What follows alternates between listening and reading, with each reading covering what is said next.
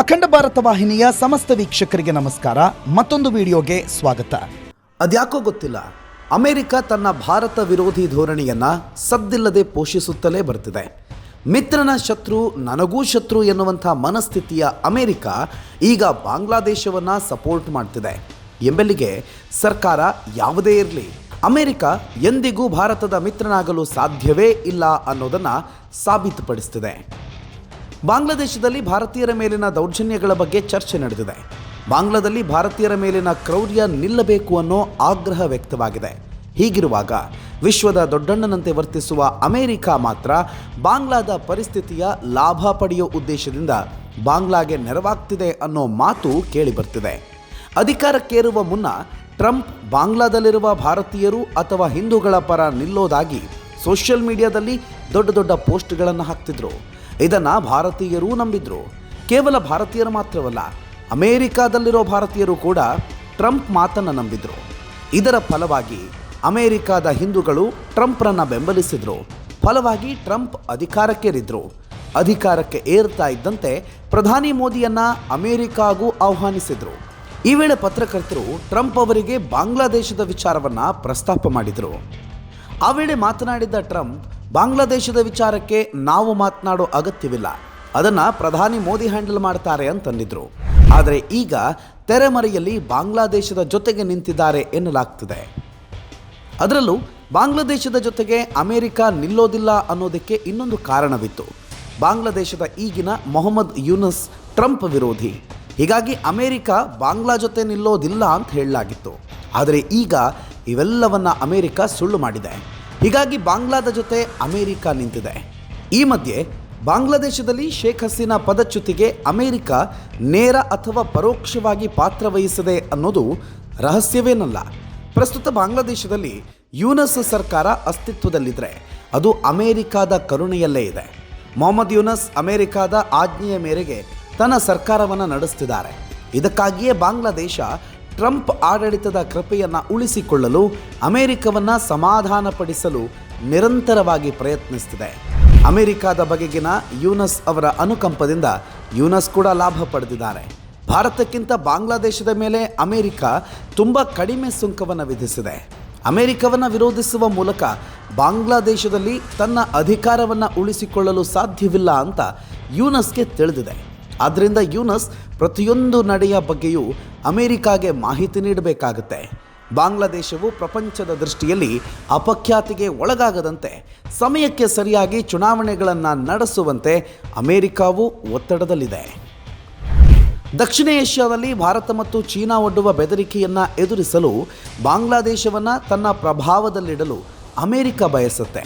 ಇದೇ ಕಾರಣಕ್ಕೆ ಭಾರತದ ಆಪ್ತ ಮಿತ್ರ ಶೇಖ್ ಹಸೀನಾ ಅವರನ್ನು ಪದಚ್ಯುತಗೊಳಿಸುವಲ್ಲಿ ಅಮೆರಿಕ ಪಾತ್ರವಹಿಸಿದೆ ಅಂತ ನಂಬಲಾಗಿದೆ.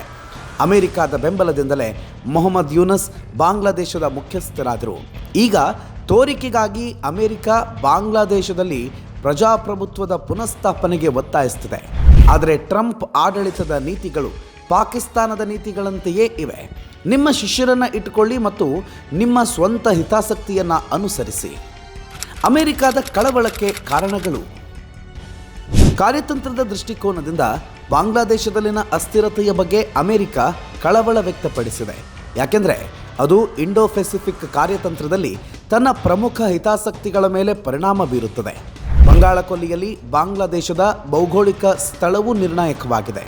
ಅಲ್ಲಿ ಜಾಗತಿಕ ಕಡಲ ವ್ಯಾಪಾರದ ಹೆಚ್ಚಿನ ಭಾಗ ಹಾದು ಹೋಗುತ್ತೆ ಮತ್ತು ಚೀನಾದ ಬೆಳೆಯುತ್ತಿರುವ ನೌಕಾ ಉಪಸ್ಥಿತಿಯನ್ನು ಎದುರಿಸಲು ಚೀನಾದ ನಿಯಂತ್ರಣದ ಭಾಗವಾಗಿ ಅಮೆರಿಕ ಇದನ್ನು ಪರಿಗಣಿಸುತ್ತೆ. ಪರಿಣಾಮವಾಗಿ ಬಾಂಗ್ಲಾದೇಶದಲ್ಲಿನ ಪ್ರಕ್ಷುಬ್ಧತೆ ತನ್ನ ಹಿತಾಸಕ್ತಿಗಳನ್ನು ಸಾಧಿಸಲು ಅಮೆರಿಕ ಪ್ರಯತ್ನಗಳನ್ನು ಸಂಕೀರ್ಣಗೊಳಿಸುತ್ತಿದೆ. ಟ್ರಂಪ್ ಆಡಳಿತದ ನೀತಿಯು ಪ್ರಜಾಪ್ರಭುತ್ವಕ್ಕಿಂತ ವ್ಯಾಪಾರ ಮತ್ತು ಚೀನಾವನ್ನು ಎದುರಿಸೋದರ ಮೇಲೆಯೇ ಹೆಚ್ಚು ಗಮನ ಹರಿಸುತ್ತೆ. ಆದ್ದರಿಂದ ಈ ಪ್ರದೇಶದಲ್ಲಿ ತನ್ನ ಪ್ರಭಾವವನ್ನು ಉಳಿಸಿಕೊಳ್ಳಲು ಅಮೆರಿಕಾಗೆ ಸ್ಥಿರವಾದ ಬಾಂಗ್ಲಾದೇಶ ಅತ್ಯಗತ್ಯ. ಎಲ್ಲ ಕಾರಣಕ್ಕೆ ಟ್ರಂಪ್ ಬಾಂಗ್ಲಾದೇಶದ ಕಡೆ ತನ್ನ ಹಸ್ತ ಚಾಚಿದಂತಿದೆ. ಪರೋಕ್ಷವಾಗಿ ಭಾರತದ ಮೇಲೆ ಬಾಂಗ್ಲಾದೇಶ ನಡೆಸುತ್ತಿರೋ ಕ್ರೌರ್ಯವನ್ನು ಬೆಂಬಲಿಸಿದಂತಿದೆ. ಉಸ್ಮಾನ್ ಹಾದಿ ಸಾವಿಗೆ ಪ್ರತೀಕಾರ ತೀರಿಸಿಕೊಳ್ಳಲು ದಂಗೆ ಎದ್ದಿರುವ ಬಾಂಗ್ಲಾದೇಶಿಯರು ಅಲ್ಲಿನ ಅಲ್ಪಸಂಖ್ಯಾತ ಭಾರತೀಯರ ಮೇಲೆ ಹಿಂಸಾಚಾರ ನಡೆಸುತ್ತಿದ್ದಾರೆ. ಇದನ್ನು ಖಂಡಿಸಬೇಕಾದ ಅಮೆರಿಕ ಮೌನವಾಗಿದೆ. ಟಾರಿಫ್ ವಿಧಿಸುವ ವಿಚಾರದಲ್ಲೂ ಟ್ರಂಪ್ ಭಾರತಕ್ಕೊಂದು ನೀತಿ, ಬಾಂಗ್ಲಾಕ್ಕೊಂದು ನೀತಿ ಮಾಡಿದ್ದಾರೆ. ಭಾರತಕ್ಕೆ ಒಟ್ಟು 25-25ರಂತೆ 50% ಟಾರಿಫ್ ವಿಧಿಸಿರುವ ಅಮೆರಿಕ ಬಾಂಗ್ಲಾದೇಶಕ್ಕೆ 20ರಷ್ಟು ಮಾತ್ರ ಟಾರಿಫನ್ನು ವಿಧಿಸಿದೆ. ಆ ಮೂಲಕ ಬಾಂಗ್ಲಾದೇಶದಲ್ಲಿ ಅಸ್ತಿತ್ವದಲ್ಲಿರೋ ಜನವಿರೋಧಿ ಸರ್ಕಾರವನ್ನು ಅಮೆರಿಕ ಬೆಂಬಲಿಸಿ ರಕ್ಷಿಸುವ ಪ್ರಯತ್ನ ಮಾಡ್ತಿದೆ. ಸಾಂಪ್ರದಾಯಿಕವಾಗಿ ಚೀನಾವನ್ನು ಎದುರಿಸಬೇಕಿರುವ ಅಮೆರಿಕ ಅದಕ್ಕಾಗಿ ಬಾಂಗ್ಲಾದೇಶವನ್ನು ವಿಶ್ವಾಸಕ್ಕೆ ತೆಗೆದುಕೊಳ್ಳೋ ಪ್ರಯತ್ನ ಮಾಡ್ತಿರುವಂತಿದೆ. ಉಸ್ಮಾನ್ ಹಾದಿ ಸಾವಿಗೆ ಅಮೆರಿಕ ಸಂತಾಪ ವ್ಯಕ್ತಪಡಿಸಿದಾಗಲೇ ಜನರು ಭಾರತದೆಡೆಗಿನ ಅಮೆರಿಕದ ಇಬ್ಬಗೆಯ ನೀತಿಯನ್ನು ಅರಿತಿದ್ದಾರೆ ಮಾತ್ರವಲ್ಲ, ಇದೇ ಭಾರತೀಯರ ಸಾವಿಗೆ ಅಮೆರಿಕ ಯಾಕೆ ಸ್ಪಂದಿಸಿಲ್ಲ ಅಂತಲೂ ಪ್ರಶ್ನೆ ಮಾಡಿದ್ದಾರೆ.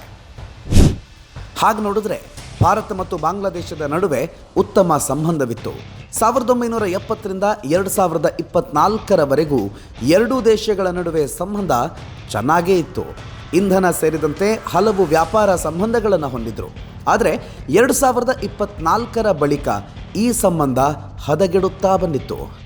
ಸದ್ಯ ಅಮೆರಿಕದ ಇಬ್ಬಗೆ ನೀತಿ ಹಾಗೂ ಯೂಟರ್ನ್ನಿಂದ ಈಗ ಪರೋಕ್ಷವಾಗಿ ಅಮೆರಿಕದ ಬುದ್ಧಿ ಬಯಲಾಗಿದೆ. ಅಮೆರಿಕ ಬಾಂಗ್ಲಾದೇಶದ ಕಳ್ಳಾಟ ಭಾರತೀಯರ ಎದೆಯಲ್ಲಿ ಕಿಚ್ಚು ಮೂಡಿಸಿದೆ. ಮತ್ತೊಂದು ವಿಡಿಯೋದ ಜೊತೆಗೆ ಮತ್ತೆ ನಿಮ್ಮ ಮುಂದೆ ಬರ್ತೀವಿ. ಅಲ್ಲಿವರೆಗೂ ನೋಡ್ತಾ ಇರಿ ಅಖಂಡ ಭಾರತ, ಸನಾತನ ಯುಗ ಆರಂಭ.